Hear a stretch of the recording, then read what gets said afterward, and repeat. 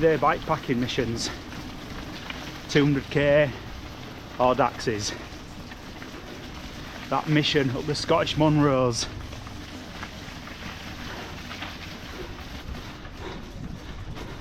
The 2-day Lake District adventure. All prime examples of cycling, adventures and exploring. But is that where it stops? How about your local regular cycling route? So can you take your regular 40 to 50k loop and have an adventure? Of course you can. And today I'm going to explore and have a little micro adventure around my regular cycling route. Let's go.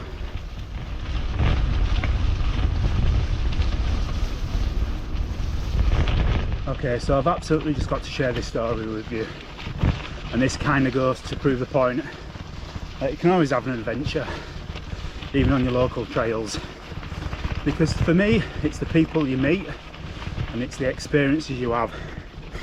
So I'm just coming up through a place called Lee Quarry, and I get to talking to a guy who's walking, and we were talking and he said that he hadn't been up here for 40 odd years, and you know, we got talking as to where he lived, etc. Had he moved out there and just come back, but it just happens that he always walks other areas and decided to come up this way for a change.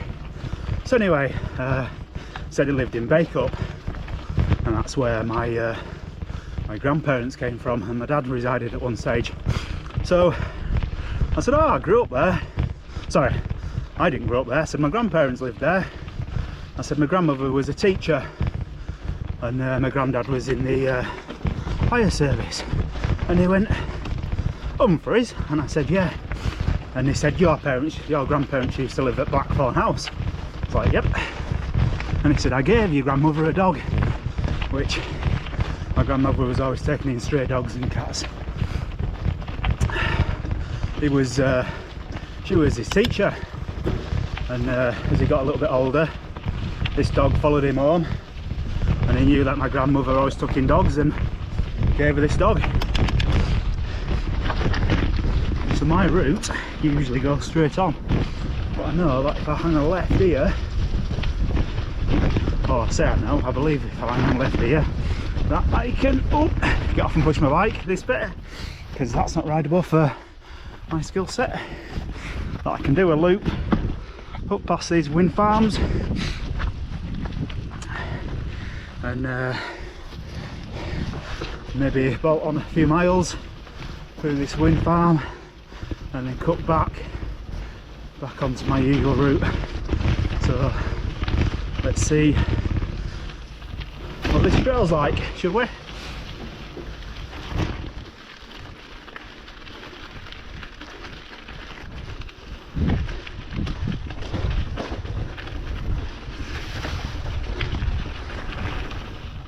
Now there's a view I've not seen,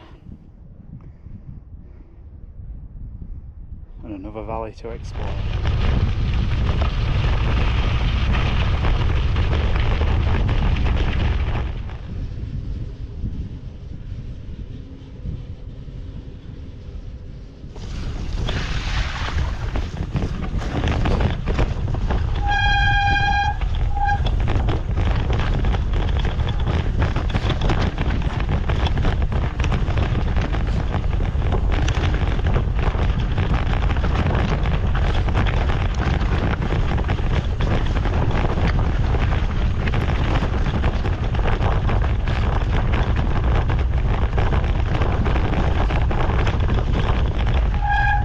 So after a really nice lunch at a new cafe stop, I'm taking a path which I've seen on the map, which will be a new route to me.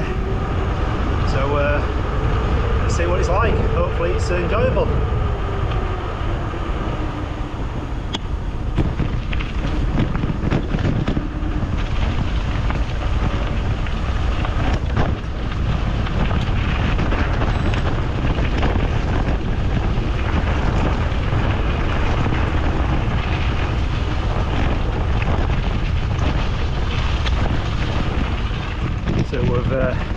just approaching Holcombe Moor and Peel Tower, which is an area that I've ridden up to a couple of times, and done the bridle way, which kind of snakes up to the tower and back down to a place called Helmshaw. But this is a bridle way which I've spotted on the map, which snakes around Holcombe Moor, but it does go into an area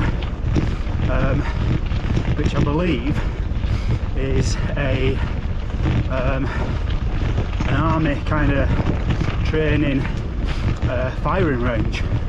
So I'm led to believe that if there's warning lights flashing, it's closed to the public for obvious reasons, i.e. you're going to get a bullet in your ass.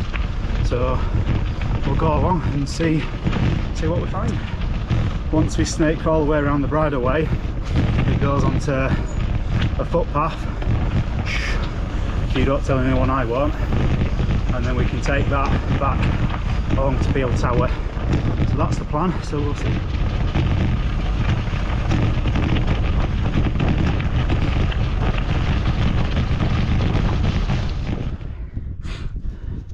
Danger, military firing range. Keep out, warning lights or flags are displayed. There's no flag, and I can't see where there'd be a light. So I can hear gunfire. I don't know if you can hear that in the background. I'm hoping that's just a farmer out in grouse shooting. So we're gonna carry on,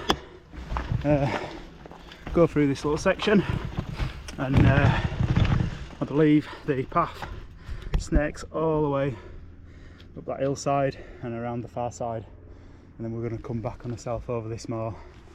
So yeah, no flag flying, no lights, let's carry on. So this gives a nice little view of where we've come from. It's a nice, I guess, horseshoe valley, and we're going to continue all the way up. I think it'd be more enjoyable cycling down this rather than up, but this is the way we've come today, so we'll know for next ride. So I know I'm on a footpath, okay, which technically I shouldn't be, but look, I'm on moorland, so I'm not going to beat myself up. But this is the path, I'll be able to see it there, and this is the wall. I don't know if you can see this, but allegedly that's where to get across. What, just climb over the wall with a wire? Random. And it's clearly that is the path. So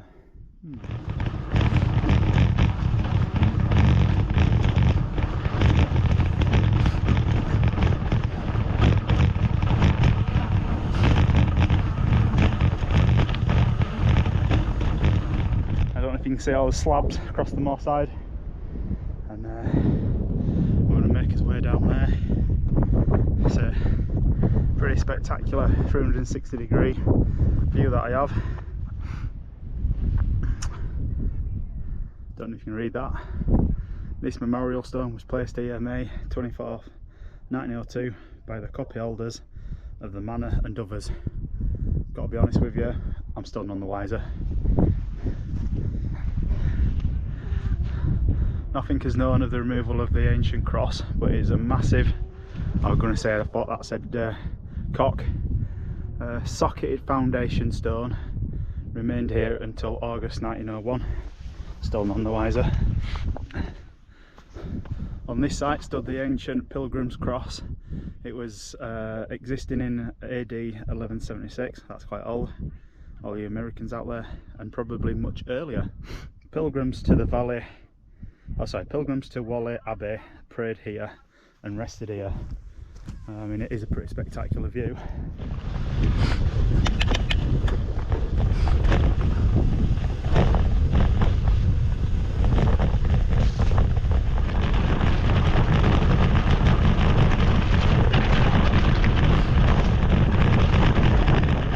Alright, so I've just got a little bit of road left. So thank you for watching my regular route adventure ride. I hope it's inspired you to get out on your regular route and just take slightly different paths or stop at locations and have your own little mini adventure. So thank you for watching, please like it and subscribe for more Keep Cycling adventures.